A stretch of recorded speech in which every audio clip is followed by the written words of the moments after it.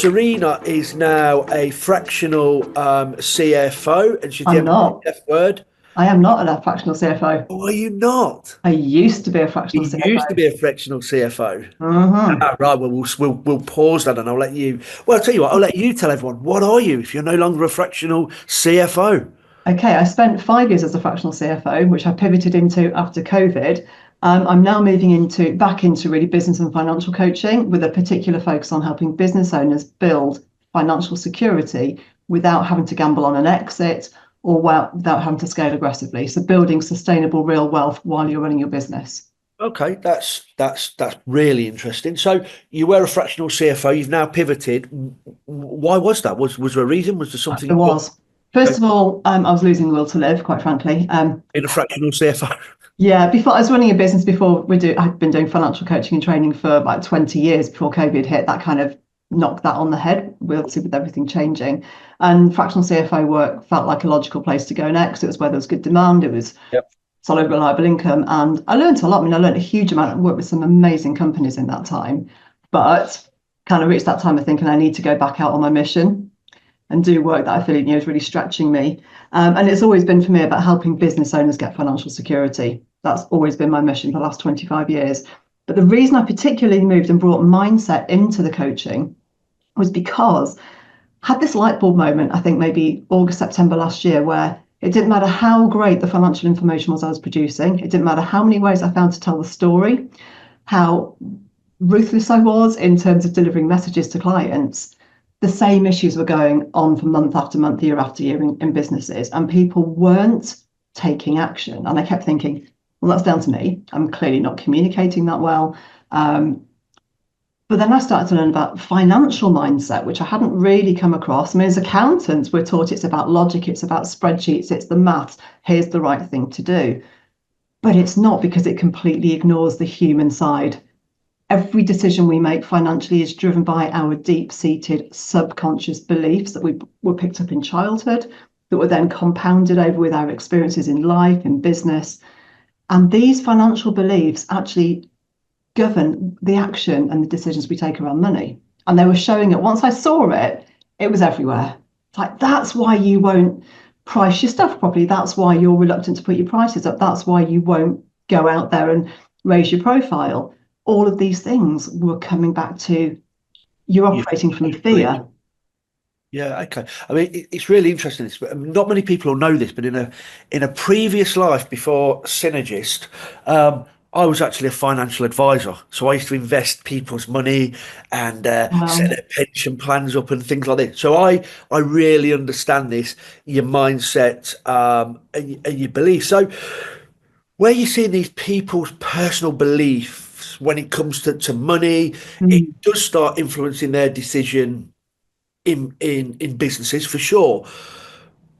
What sort of damage can that cause in a business? If you've got your personal beliefs about money, but you're now applying that logic into your business, what sort of damage can that do to a business? Have you seen oh, evidence of that, Serena? oh, everywhere, everywhere. I mean, it's the obvious things, and I know you talk about this a lot, and so do most people. But the fact that people won't price their services properly. So, for example, you underscope, you over deliver, you set your price around what you think the client can afford. And when you're scoping, thinking, oh, well, I'll just underestimate on each of those things because you're mindful of keeping the cost down.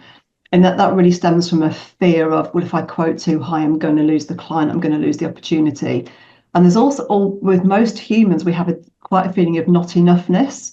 And that stops us from showing up and really valuing who we are and what we offer.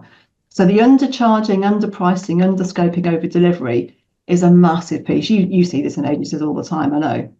But it's when you realize where it's coming from, because you can just say, you need to charge this. And they go, yeah, yes, Serena, we know we do. But then they don't do it. They've got a great new quoting model. They won't use it. And it's like, where's that resistance coming from? It's like, because you don't think you don't think you can charge that much and that people will pay it, and you'll lose clients and you'll lose your business. And then the fear spiral, because Fair it's what we're making it mean. Money, once I realized that money decisions were not logical, but they were emotional, it just changed everything. And you realize that, accountants are never taught that. We're taught it's logic, spreadsheets, maths, tell the story. X divided by That's Y gives you this percentage. That type. that's one part of it, but the thing that people will or won't take action around isn't on how compelling your argument was. It's on their personal feelings, beliefs, and fears. They're emotional. So where do these emotions start? Where does this emotional connectivity to money start? Is it from your parents? Is it when you're young? How do Well, because I mean at the I'm basic very much level, like get it, spend it. That's how I am. I'm like, come on, let's go yeah, out, let's do these things. But I know lots of people would be like, I've got this. Investing people's money. I get it. I'm hoarding it. Where I hoarding it. can buy something. So where do those beliefs So start? the core imprinting periods between 0 and 7 years old, believe it or not, because you as a child you accept everything as fact without questioning. You don't think so. Everything is imprinted on you. So how your parents were around money, whether they were like spend it all, save it all, gamble it all, afraid of money. Money is hard to make. Money is easy to make. Those things are imprinted by 7, and then everything that happens after that. So I mean, I had 3 massive financial traumas when I was 22. So that was a massive shock to my system, which stuck with me for a really long time. It put me into a real fear-based cycle for probably the next 10 or 15 years. But also, money mindsets are actually intergenerational. So if you think about possibly our parents who were born into probably the latter part of the war, that poverty and scarcity mindset that came out of the war, and actually 7 generations that money mindset can go back. So when you actually work on your financial mindset, you shift it for all future generations as well, because Right. these beliefs get baked in to how we all think and behave. Yeah, that does make sense. My kid's doing this. Make it rain, Dad. Yeah, where do they get that from? Probably me. So, but here's an interesting thing. So, I was away with a load of people from Agency Hackers last week in the Alps. Um, some really great people. And Nikki B said, we don't buy bottles of rosé, we buy magnums. So I think Right. she's definitely got a let's spend it while you can mindset. But what was interesting, somebody said, you only live once. Mm. I said, that statement is wrong. And I hear all the time, you only live once. And I always say, that statement's wrong. You only die once. You live every day. So Wow. if you've got these beliefs that have been generated from that, like 1 to 7, as you said, they're hardwired in. Can I, as someone who's like, I only die once, I'm going to go out. Yeah, I know I've got to save a bit for my retirement. But I'm going to live for the moment. I only die once. I'm going to live for the day. Could you unpick me, Serena, to like change my mindset to like, come on, have more of a balance? Can you unpick somebody's mindset, or You we're just can. hardwired? Is that it? That's just how we No, are. no, no, no, no. Because I mean, you'll have heard of neuroplasticity. The thing about the brain is people used to think it was fixed and locked in by the time you may be a teenager or a young adult. We now know the brain is completely plastic and it can change and make new connections all the time. So the process of the financial coaching is around, first of all, it's around awareness. So really, this also is like assuming you have a desire to change, like, I'm a bit crap with money, I'd like to be better, or, I always make these, bad pricing decisions. Once you have an awareness of, oh yeah, I think that way. Oh my God, yeah, I do that, because our behaviors are usually subconscious. We do things a certain way without thinking. Our beliefs are certainly subconscious, so we don't know why we do things. But once you create that awareness around like, oh yeah, I do that. And then we go into, so why do you do it? And then you start to unpick, oh my God, because my mum used to say that. Right, okay. You can then decide, is that a belief that is helpful to you? Or is it unhelpful? If it's unhelpful, we can start to think about, the comfort zone principle. We all know about the comfort zone principle. You're comfortable here, and then someone will go, "Why don't you go and do a speaking gig?" Oh no, I couldn't. Just do a little one. You go, "Oh, that wasn't so bad. I could do another one of those." Exactly the same with financial mindset. So you might say, well, I've got this mindset. I'm afraid of loss. I'm worried if I charge too much, I'm going to lose my clients. I'd rather stay here where I'm kind of not making great margin, but we're getting by. It's okay. Okay, well, what if we were to start to increase your comfort zone gradually? What would it be like if you just charged a bit more for that next client, and then the world didn't end and they said yes? You're going to go, oh, charged a bit more for that, got away with it. Okay, I could do that again. So it's not, you don't go from scarcity mindset to abundance, fearless mindset overnight.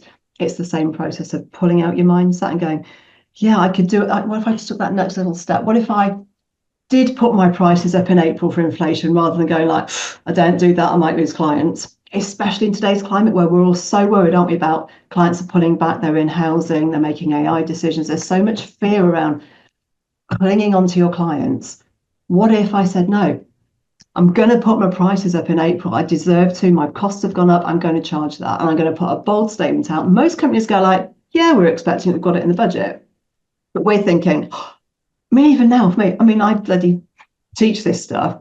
I said to my husband this morning, so, you know, it's annual price time, don't you? He went, yeah. I said, and there's that feeling of like, oh, catches you here. Yeah. Because I'm going to have to tell my clients their costs are going up. But guess what? We all understand inflation, don't we? So if you're maybe thinking now, like, yeah, I really ought to do that, just do it. Put it by 2.5%, just send out the emails, have the phone calls. But it's just those little things we can do to go, I have a reaction here when I think about that. That's telling you there's some fear there. You know, when you'll think about, and next time you're doing a quote it properly. Just see what it would be. You know what it's going to take to deliver that job. You know there's going to be X number of reworks or back and forths, and you know where you're over delivering and under scoping. Just try quoting something properly and just see what it comes out at. So basically, embrace the fear, feel that Recognize the fear, recognize the fear, feel that going, this making me feel a bit uncomfortable, but but then take baby steps to try to move it I forward. think it's recognizing when you feel uncomfortable rather than going like, oh, I feel uncomfortable, I better shrink back again, undercharge, under scope. They're like, that was interesting. I felt uncomfortable there. I wonder what's going on. Because otherwise we're just, because what happens, beliefs create thoughts, thoughts create feelings, and our feelings drive our actions. So when we trace it all the way back and go, right, I can recognize that I'm about to go and underquote something here. And I'm doing it through fear because I need to hit the revenue target. I better get that. Even if it's low margin, it's better than no business. Yeah, but it's not though, is it? And again, this comes on to a lot of people who will, again, from a fear-based perspective, would rather run a 4 or 5 or 6% gross net margin business than take the bolder steps that are going to say, yeah, but if I got rid of my crap clients, if I charged more, if I quoted properly, I could have a 20% business, which then means I've got safety, I've got resilience, I can afford a financial shock, and I can afford to lose a client if they go. But when you're making 4 or 5%, you can't, so you stay locked in this fear. The fear pattern just perpetuates over and over. Yeah. So your fear pattern, when you put it that way, is actually really impacting on the business decisions you're making with Yes. clients or maybe new business. And because of that fear of they won't pay for this, you're Yeah. automatically going in with a behavior and a belief that I'll make low margins and that's okay. And that's okay because at some level, that's what you think you're worth. You see people who are super confident of their value and their worth. They are not afraid to go in at a decent price and go, that's what it costs to work with us. And you think, how do they do that? Well, they may just have a great mindset that they were brought up with, or they've gone away and done some work on it. I mean, I used to have a real scarcity mindset. I mean, my parents lost everything in the 90s recession. They went bankrupt. They lost their home. I lost my home that I bought when I was 18. And this amazing business I'd worked with as finance manager, we went from 500,000 to 10 million turnover in 3 years, and then we crashed into receivership. All that happened in 1 year. My mindset was completely screwed. I went into massive fear, anxiety for the next 10 years. The slightest thing, my reaction was, that means I'll lose my house. Yeah, but if I do that, even like if I put my prices up, but I'll lose my house. And then you start to realize, like, yeah, that's not rational or helpful, but it was what was driving my decisions. So are there, it's really interesting, are there like practical steps? Is there like a 5-step program that you can start looking at yourself and unpicking this to say, how am I going to behave moving forward from 1st of April, new financial year? How am I going to behave? What am I going to unpick to make sure I make these better decisions in my pricing to try to drive those margins? There's a few ways. Obviously, when I work with clients, I've got a couple of frameworks that and tools that I put them through that really start to pull out those things. Because if you just sit down and go, what's my mindset? It's quite a tricky thing to uncover. I mean, if you're into journaling, which I am, you can maybe journal on, how do I feel about putting my prices up? What might, and if anyone's interested, I can give them some journaling prompts just to think about that. But sometimes it's helpful to kind of do the analysis, go through the tool and the framework to go, because again, some of it, these things are usually very subconscious. We're not constantly walking around going like, well, I inherited a scarcity mindset from my parents. We're not thinking that. We just go into work, caught up in the day to day, making so many bad decisions through that lens. It's things like as well, Joe, you've probably seen this. People who can't pick a strategy and stick to it, and they're flip-flopping back and forth all the time because they haven't got that confidence and conviction. Like, no, I've made a good choice. I'm happy with mine. They see something on LinkedIn and go, oh, maybe I should be doing that then. Right, okay, guys, we're changing direction. And again, you never get financial traction. But that again is coming from a scarcity and a fear mindset as well. And it's just once I cottoned onto it, I could look back across so many of my clients over the last 25 years and go, now I get why you wouldn't change, why I was telling you the same thing month after month and you didn't do anything about it. You think about it and then you come up against this feeling which would make you go, no, that doesn't feel safe. And would they with you, Serena? If you were saying, look, we need to do this, this will drive the margins, would they argue back to you, or would they just say, yeah, yeah, I get all that, but then just Yeah, carry on as they yeah, were? yeah, I get all that and then do nothing about it. And you're having the same conversation in board meetings month after month after month. I call them wallpaper issues. They're there, but we've stopped noticing them because they just become background noise. Yeah, we don't make enough money. Yes, our margins are too low. Yes, we're not quoting properly. Yes, we're over delivering. Yes, our billables are down. And it just becomes the way it is. Because Mhm. changing it feels scary. And when it feels scary, we recoil from it. It's just being, and that's what the thing about accountants don't bring into the fact that we are humans. We make decisions with emotion, not logic. And yet accountants just expect us, yeah, as an accountant, a former accountant, here's the logic. It's compelling, it's obvious. Why aren't you doing it? And then you realize, okay, because they're human, because we're human, because we make decisions from emotion, not logic. So people always love good evidence-based stories. Have you got a client that had this risk adverse, whatever you want to call it, behaviors towards money that you coach went through and you saw a definite change over 1, 2, 3 years with that client? Come on, give us a great story, Serena. To be fair, started moving into I've only started studying and moving into the mindset work last autumn. So this is kind of, there's a Okay. shift for me of going like, I won't swear, but oh my goodness, now I understand why you're not doing this. But I have got another client who I've been working with for around 10 years, and he had a very much a gambling mindset. So he'd be happy to put everything on red, invest very heavily in things, bring in new people who are really bold strategic move, but far, far too much than the business could afford. Right, So he okay. had a habit of kind of, we'd start to make good profit and he'd feel the need to spend it. So we start to move into 10, 15%, and you go, oh, we're going to take on this senior manager that we don't really need, but could be a good strategic move back, takes the business back down to break even. So kind of almost in reverse, he would, whatever we started making, he'd want to spend it all. And again, there's Right, that pattern in the background of, I'm not comfortable keeping money. Once that's I really get money, I must spend it. And that's the pattern. It's like, and I've had to train him to like, no, we are going to bloody well keep the money because we need reserves, we need buffers, we need taxes put away, and we need to be making 20% profits. So gradually over time, that kind of like, no, we're not going to do that. I don't think we should do that. And just, but that's taken a while. But again, that was without my mindset coaching work that I do now. That was just through training him and being very insistent, like, no, we're going to prioritize building profit because that's the thing that keeps us safest. And if you have got a scarcity mindset, there's nothing like a 20% business with strong buffers, all your taxes put away, 3 months overheads in the bank. That gives you you think about the comfort zone, that gives you so much comfort to take a little bit of risk. You're going like, well, actually, I could afford to lose that yeah. client. And to make good strategic decisions. I mean, Yes, I call it the wheel of doom, and I see it so often that businesses are running really with too much overhead for the work that's coming in. totally. So they end up taking on work either from existing clients or new organizations that reach out to them that it's probably not really what they should be doing. It doesn't fit their profile, and they take the work on just to cover the overheads. Just to cover the overheads. And there's another thing there where people are hoping to grow into their overhead, which is one of my pet peeves. But also, I said that taking that revenue just to keep everybody busy rather than going like, the tough choice I need to make here is we've got too much cost. I need to take some out. And again, that's a lot of fear and ego, a lot of ego attached to that as well. Yeah, but I don't want to make three people redundant. Oh, what people think. Well, I go like, yeah, but if you do it, your business becomes safer and stronger. And then Yeah. you aren't making those dysfunctional decisions around take the crap revenue just to feed the margin, just to keep people busy.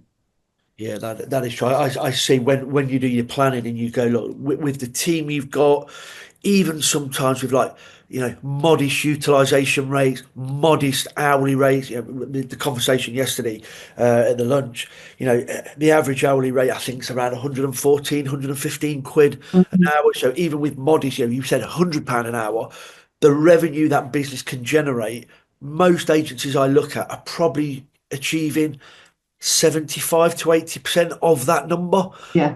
So they've already got a mindset that we've got 20% surplus that we're not going to charge for. And when you look at Yes. reality, that means you're working for free like November and December. I know. I know. But I like that it's interesting the guy that I've made money, we've got to spend it. It's almost like you've got a self-destruct button. Yeah. But again, it comes down to it comes down to this comfort zone. I'm comfortable having money up to here, but once it goes past here, I need to get rid of it. It's a very common pattern. There are more people in the fear and scarcity pattern, but this one where I've done that, I now need to gamble the money I've made.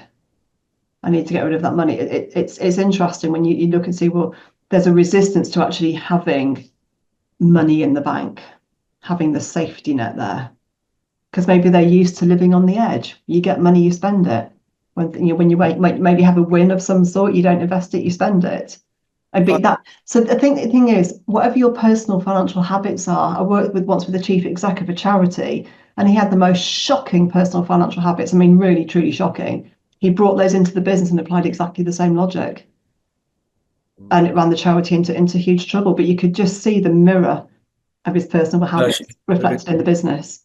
I had a client that used to say to me, it seems similar to the guy that we've made the money, we need to spend it. He would literally say, like, when we have a great year, I take all the money out of the business so that it keeps us hungry to make more. And I just think, That's insane. I do like, yes, we'll have a magnum everything, and yes, I'll go out and spend and buy Yeah, nice clothes, but having that, we've got the buffer in the business absolutely makes you make better decisions as a leader for sure. totally. And especially we're in such a volatile world in agency land at the moment. There's nothing more important than cash buffers, taxes put away, 3 months overheads in the bank, six if you can make it. Because everything's about change now.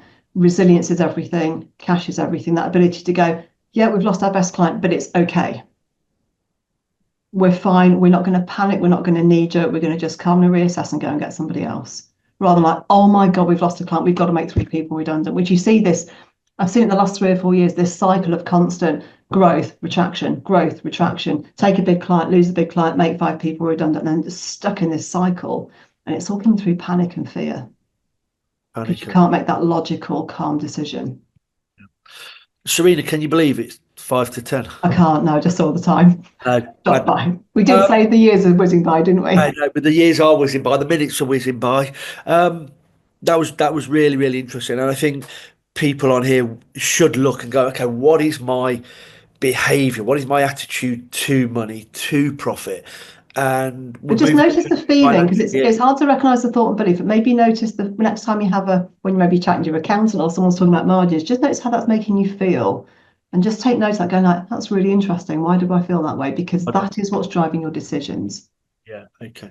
So we ask all our A gamers one final bit of advice for people. What would it be?